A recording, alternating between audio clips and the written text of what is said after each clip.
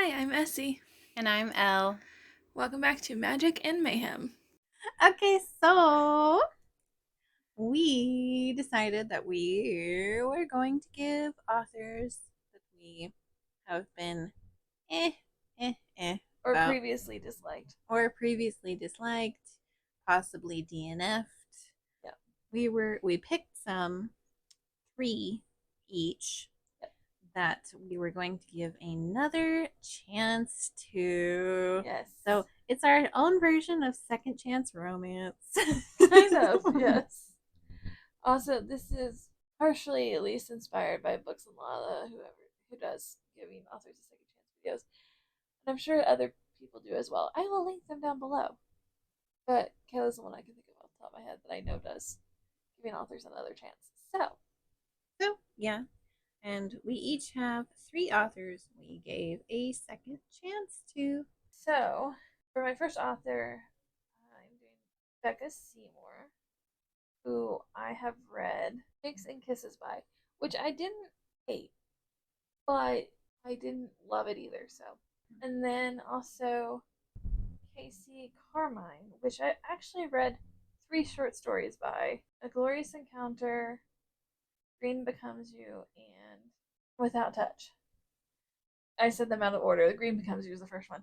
Since they're all short stories, I'm just counting it as one. But I've read, and I really didn't care for. So I didn't really enjoy the short stories. So give them another chance. And then Georgina Kirsten, I think is how you say their name. And I've read Fall Into You by them before, which again was not bad.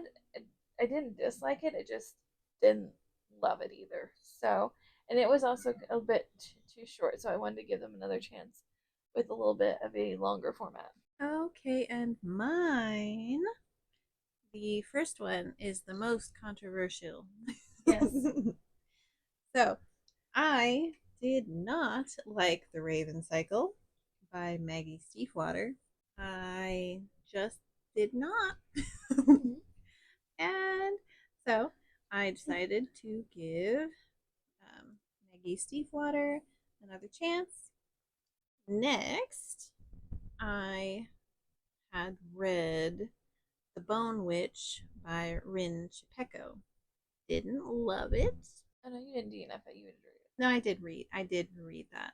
I did DNF The Raven Cycle, but I did finish The Bone Witch, the first book. I didn't go farther than that, and didn't love it. I was mainly indifferent. I didn't necessarily hate it, but I didn't care. Yeah, fair. That's fair. And then my last one, I read. Okay, well, I didn't. I did DNF this one. But Looking Glass Sound by Catriona Ward. Didn't like it, but I did think it was perfectly possible that I might like something else by Catriona Ward because I didn't hate the writing style. So I picked that one as my last one to give a second chance to. Okay, so for Becca Seymour, I read Let Me Show You. So this is the first one in a series. Probably won't continue the series, but this one is about a veterinarian. This is about a veterinarian who works in a small town, and then the other main character moves into this said small town to help out his best friend. So the veterinarian needs work done in the house. The other guy is a construction worker. It just works out so he can work on the house. This is cute. I enjoyed it, but there were parts of it that I just found like a little bit irritating. I definitely felt like they felt both the guys felt younger than they are, which is fine. But like they're supposed to be in their 30s, they did not feel that way. They had I guess you call it a fight, a disagreement, or whatever, and only one of them apologized. The other one never did, and they Oh, should have that's rude. for because like they were butting in on stuff that wasn't their business, and they should have just left it alone and let the other character handle it because that's was their thing to handle. And they were just butting in and trying to tell the character what to do, and then they never apologized about it, which really annoyed me. Yeah. There was just a couple like little inconsistencies. So it wasn't like a 5-star favorite or anything like that. I still gave it a 4. I had a good time. It was good. It just wasn't like, wow, I loved it. Yeah. But I did like it more than Shakes and Kisses. That's still an So improvement. that's an improvement. I did like it better. So I would read from the author again.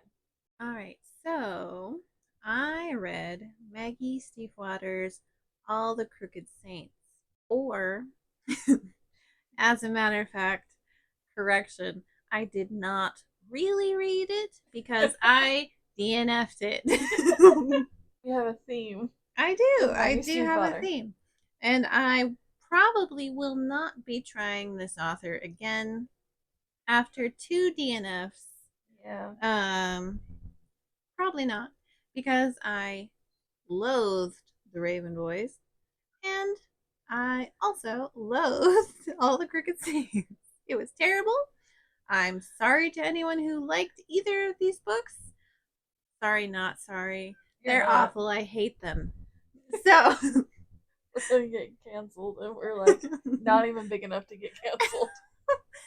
I'm sorry, everyone. In all seriousness, I think this author is very much simply not for me, because I know a lot of people who love this and who love the Raven Boys, and I'm not one of them, but I'm happy for those who enjoy the series.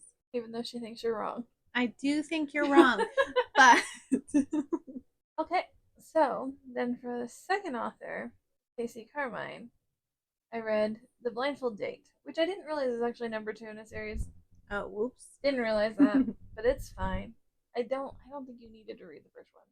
I didn't even realize until just now when I looked it up again that it was number 2. Oh, yeah. Well, then you didn't miss much, No. clearly.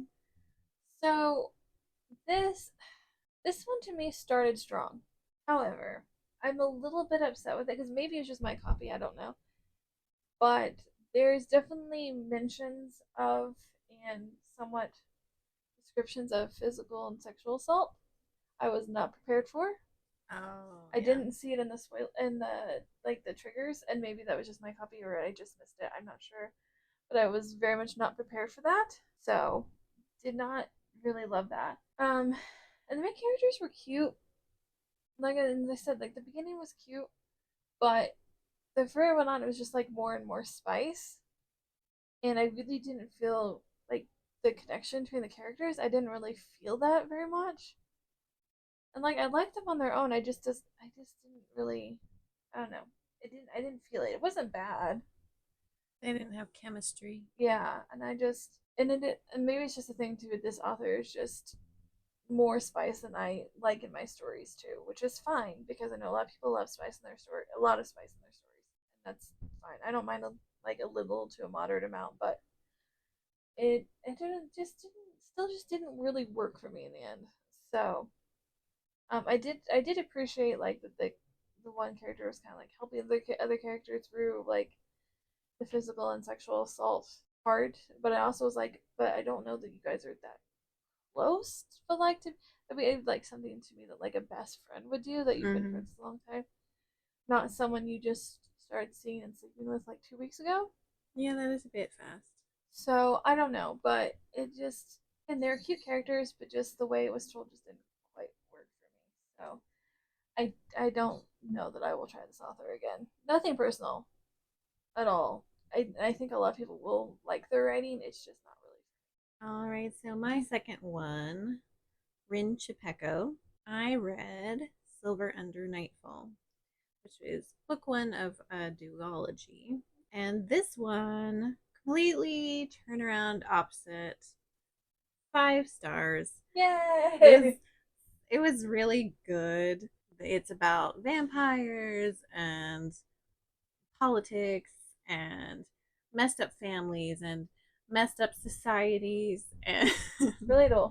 lots and lots of gore and death and like goo monsters, undead horses, um like Okay.